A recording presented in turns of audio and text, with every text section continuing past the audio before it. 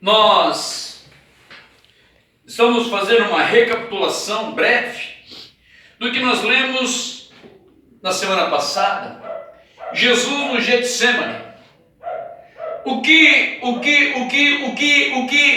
deve chamar a nossa atenção, principalmente a minha, e eu convido os irmãos a meditar nesta condição, que quando Jesus ele vai com os discípulos para o Getsemane, o que acontece? Ele vai orar, e por 2 vezes ele ora, clamando a Deus que o livre daquele momento. Veja, a ponto de suar gotas de sangue. Por quê? Imagina você apanhar com chicotes que na ponta tinha pedaços de metal, pedaços de ossos, enfim, veja, a ponto de as costelas ficarem no limpo, arrancarem toda a carne da costela, e veja. Então, veja bem, por amor de mim, amém, e de ti. Amém. Veja o que passou o nosso mestre, veja bem, e ali ele estava mostrando, veja, e quando ele voltou para os discípulos estavam dormindo. Veja, um tempo tão crucial que o mundo está vivendo e a igreja está dormindo com doutrinas várias, doutrinas do inferno. Veja, elas estão adormecidas. Veja, Jesus, ele veio ali naquele lugar, veja bem, irmão, para orar. Ele orou por 2 vezes. Muitas vezes, irmãos, nós desanimamos em nossos rogos, em nossas orações. Veja, deixando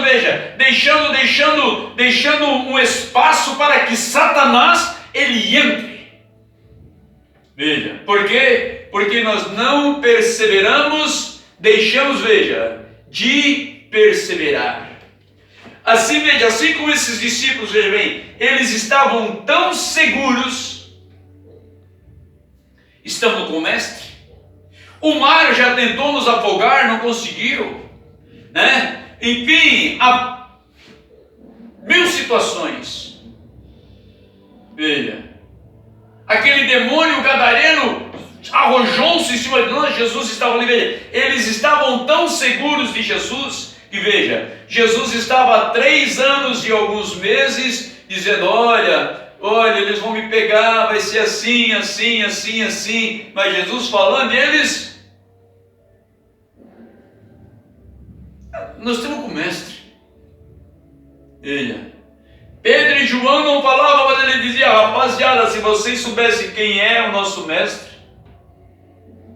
Porque nós ouvimos no Monte da Transfiguração, quando ele mudou completamente o seu parecer, e ali ele ficou em glória tão tremenda que nós não conseguimos olhar para ele.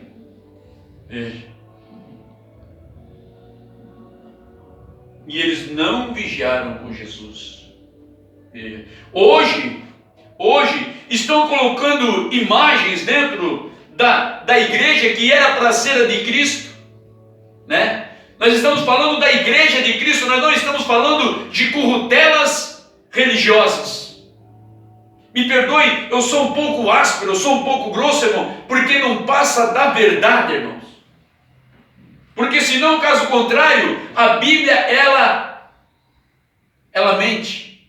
Mas nós sabemos que não existe uma possibilidade desta Bíblia errar. Por quê? Amém. Porque além de nós conhecermos ela, nós temos intimidade com o autor dela. Por quê? Porque nós temos o dom do Espírito Santo. Amém. Obrigado. Além dos Dons, tem pessoas que não sabem fazer diferença de dons para dom.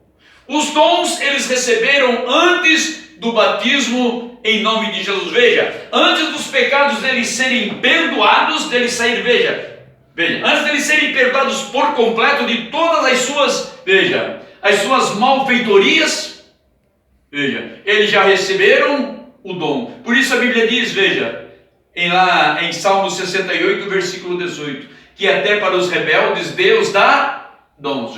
Antes eles estavam ainda em pecado, os apóstolos, aqueles 120 que estavam no cenáculo, correto? Eles ainda estavam em pecado, mas receberam, começaram a profetizar, falar em línguas, até que o irmão Pedro, cheio do Espírito Santo, ele se levanta em defesa do Evangelho, que alguns estavam dizendo que aquelas pessoas estavam bêbadas.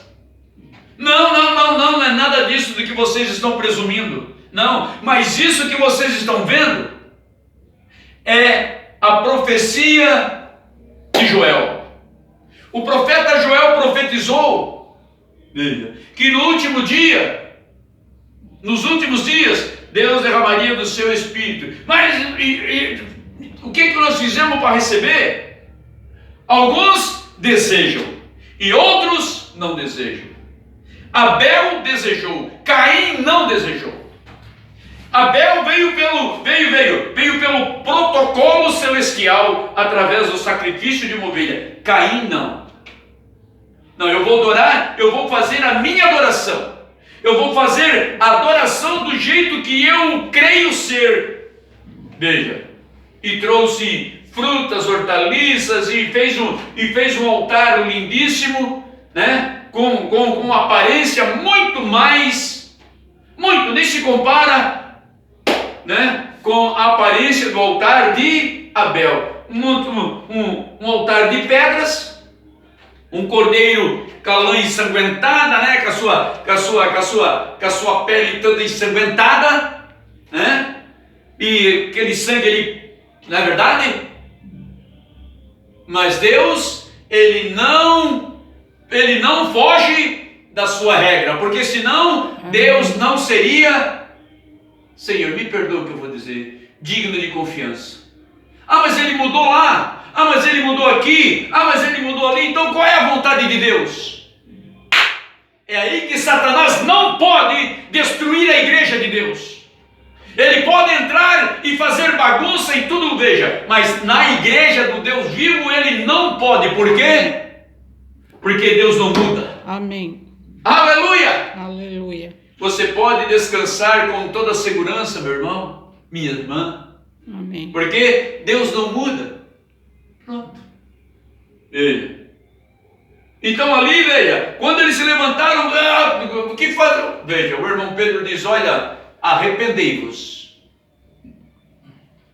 e sejam batizados em o nome de Jesus Cristo para perdão dos pecados, recebereis o dom do Espírito Santo.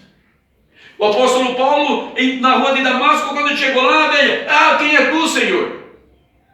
Ficou cego. Eu sou Jesus a quem tu persegue. Senhor! Pois é.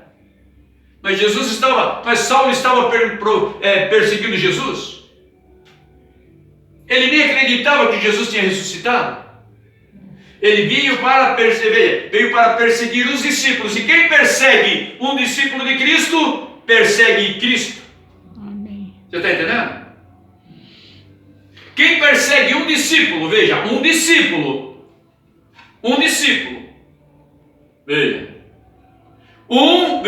um convertido, não um convencido, alguém que se convence por uma religião e vai lá e entra pelos trâmites daquela religião, e passa a ser um convencido. Ele se convenceu que aquilo ali é verdade, mas é mentira, porque é somente uma verdade, e esta verdade, é Cristo, através da doutrina dos santos apóstolos, dos profetas. Então esta segurança, irmão, isso vale mais do que... É uma segurança, irmão. Será que o dia de amanhã vai me pertencer ou Deus vai me tirar? Porque o dia de amanhã pertence a Deus e não a mim.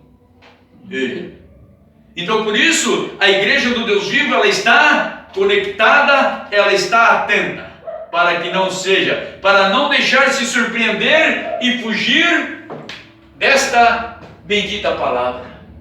Amém. Veja, o livro mais vendido, porém o menos lido. Por quê? Porque cada um já tem a sua religião e já acha que pode ser salvo por sua igreja. E é aí que ele vai, veja, se lamentar muito, veja, de ter dado vazão para tanto tempo. Veja bem, 90 minutos para assistir uma partida de futebol e mais não sei quantas vezes horas para assistir uma partida de voleibol, não é verdade? Porque empata 3 pontos e vai lá e vai de novo e vai, não é verdade? Agora, para a palavra de Deus, irmão, veja, então, veja, o mundo vai padecer por falta de conhecimento. Jesus disse, o povo vai cativo por falta de entendimento. Eles estão hoje nesses prostíbulos religiosos porque lhes falta entendimento, lhes falta compromisso com a palavra de Deus. Lhes falta compromisso com a palavra de Deus. E esta é a verdade. E graças a Deus, veja, ela não muda. Por quê? Porque o nosso Deus não muda.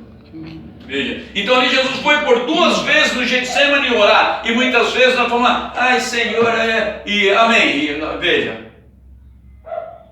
então abre espaço para Satanás. Muitas vezes nós viemos no altar, nos ajoelhamos, falamos